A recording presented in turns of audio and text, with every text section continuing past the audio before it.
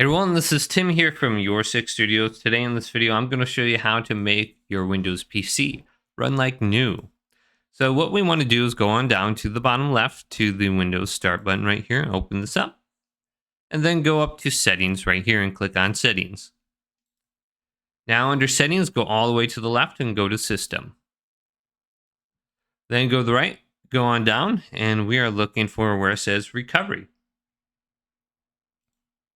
Now under here, go to Recovery Options, go to Reset this PC. Choose to keep or remove your personal files.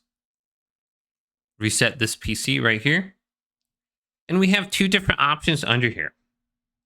Keep my files, removes apps and settings, but keeps your personal files.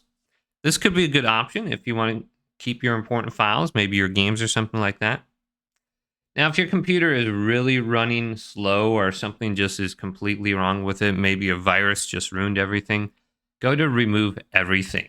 You get a fresh copy of Windows, and then you can go ahead and just start it up. And this is what really is going to make your computer run quick again. It says Remove Everything and removes all your personal files, apps, and settings. So when you choose one of these options, you'll go through the recovery options here, and then your computer is going to restart a few times. And it'll bring you to a blue screen. It'll go ahead and just reinstall Windows for you. And depending on what you click, the top option might take about 15 minutes. The bottom option might take a little bit longer, maybe like 30 minutes.